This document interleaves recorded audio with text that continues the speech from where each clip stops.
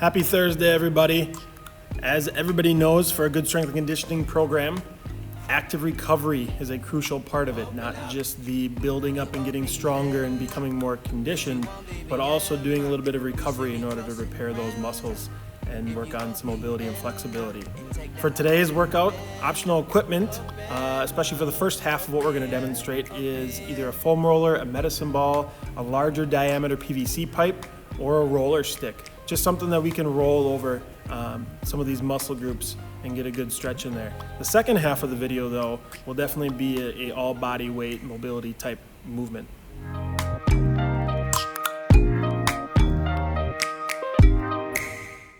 All right, the first stretch that we're gonna do on the foam roller is gonna be for the quads. So starting with that foam roller up where you hinge at the hip, all right?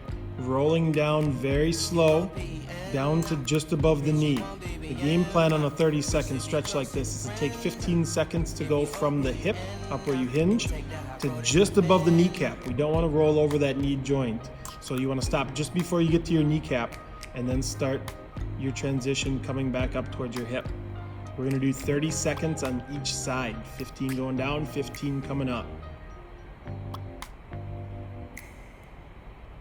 For the next one, we're getting in that same position that we started with for the quad stretch, and we're gonna focus on the hip flexor. Hip flexor with all of us sitting is gonna get real tight, sitting on bean couch potatoes. So what you wanna do is start in that same position and then slightly pick one hip up. As you can see, Coach Eleni picked her left hip up and she's kind of by the right front pocket of her pants. And you're just gonna roll over that very front corner. All right, it's not a very long muscle, real short. Again, 30 seconds from the hinge. You can take this one all the way down to just above the knee, or you can just focus up at the top. Next on the list, we have the hamstring. So now we're going to the back of the leg. Starting just above the knee, we're gonna again slowly go up towards the hip.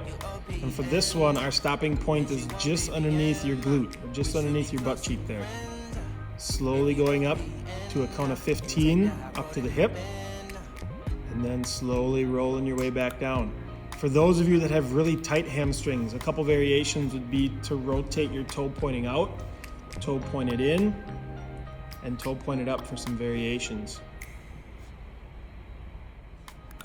Adductors are next on the list. Adductors are the groin area. So you're gonna be starting on close to your hands and knees, positioning that foam roller to be inside one of your legs, slowly rolling from the inside of that leg, inside of the knee, just above the knee again, up to the center of your body, and then slowly rolling back out. Again, this is a 30-second stretch on each leg, 15 seconds to go from your knee to your midline, and 15 seconds to go back out. Calves are the next one after the adductors here. So we're starting down at the ankle, slowly again creeping up to just before we get to the back of the knee. A couple variations of this are the toe positions, whether you want to go straight up, turn it out to the side, turn it to the inside. Also, if you don't really feel it in this position, you can take your opposite leg and cross it over and add a little bit more pressure with your body weight onto that calf. Next, we're gonna foam roll out your glutes. There's a couple different variations of foam rolling the glutes. The first one is to start by your tailbone and just sitting on the foam roller, roll yourself down to the bottom of your butt cheek and then rolling yourself back up. Just going that short distance from the tailbone to the bottom of the hip there, the bottom of that glute muscle. That'll get more of the glute maximus right down the middle. To get more of the glute med and to get a little bit of the piriformis muscle, Coach Lenny crossed her right leg over her left knee there, and she's gonna lean towards her right leg a little bit, kind of so you're rolling on that back pocket of your pants. In the same range of motion, going to the bottom of that hip muscle and then back up towards the tailbone. Lastly, we're gonna work on your back.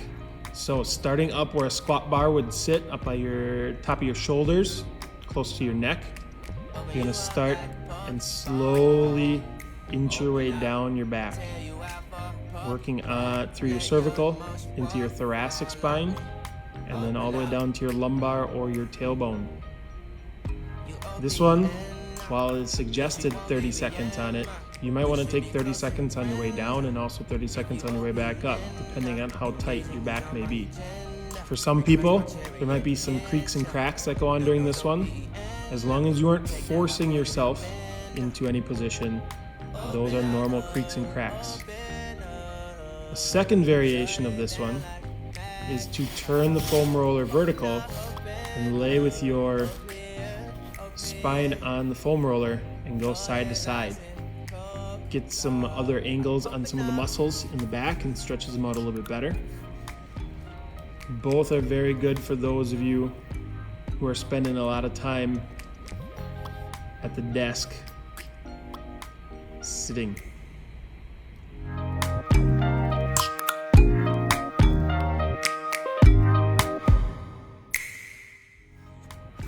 To start some of your active recovery that doesn't require equipment, we're going to start with the world's greatest stretch.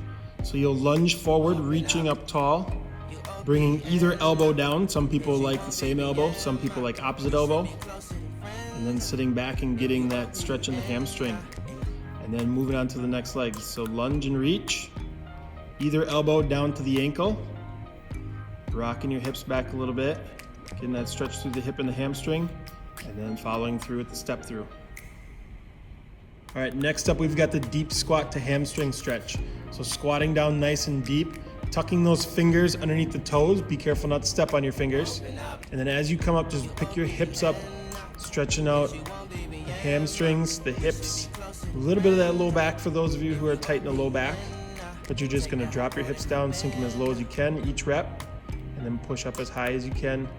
Pausing up at the top for a second or two, not forcing it up at the top.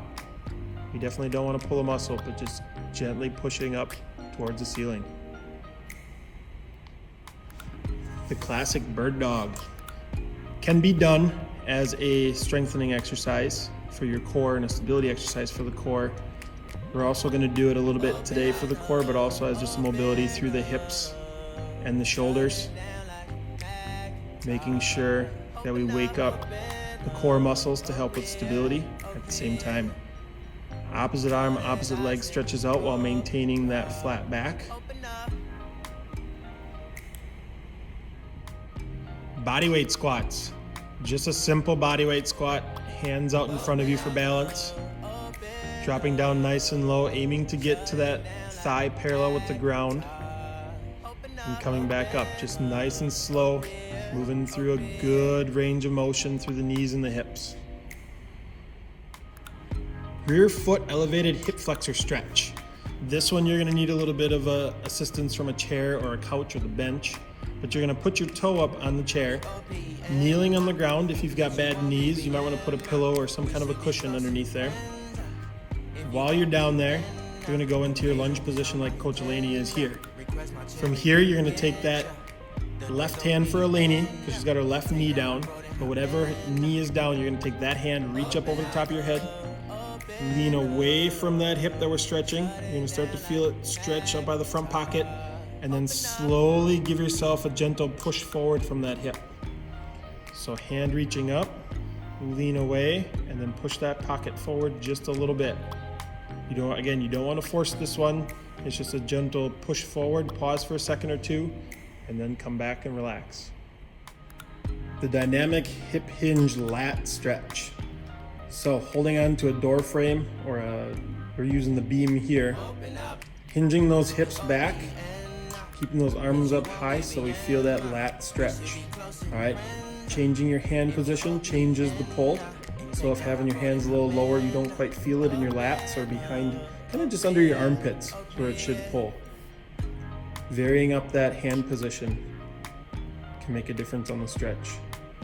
All right, but just holding on tight, leaning back. The more you can lean back and use your body weight to pull, the better a stretch we're gonna get.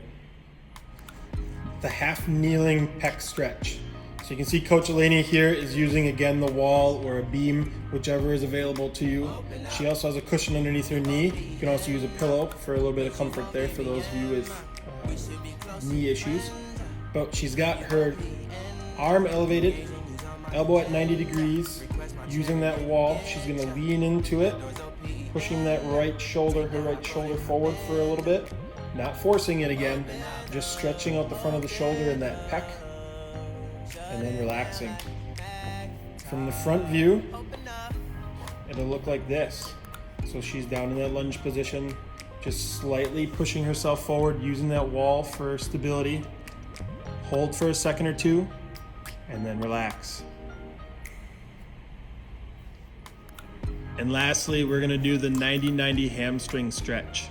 So for this one, you'll start laying flat on the ground. Coach Eleni will bring her left leg up so that her hip gets to 90 degrees, knees at 90 degrees. She's gonna interlock her fingers and hold on to the back of her leg there, and then slowly extend her leg straight up, stretching out the hamstring, and then slowly bringing it back down. Again, not a fast thing, not a forceful thing, just extending out till you feel that good stretch on the hamstring, and then slowly relax back down, pausing up at the top and the bottom for a second or two.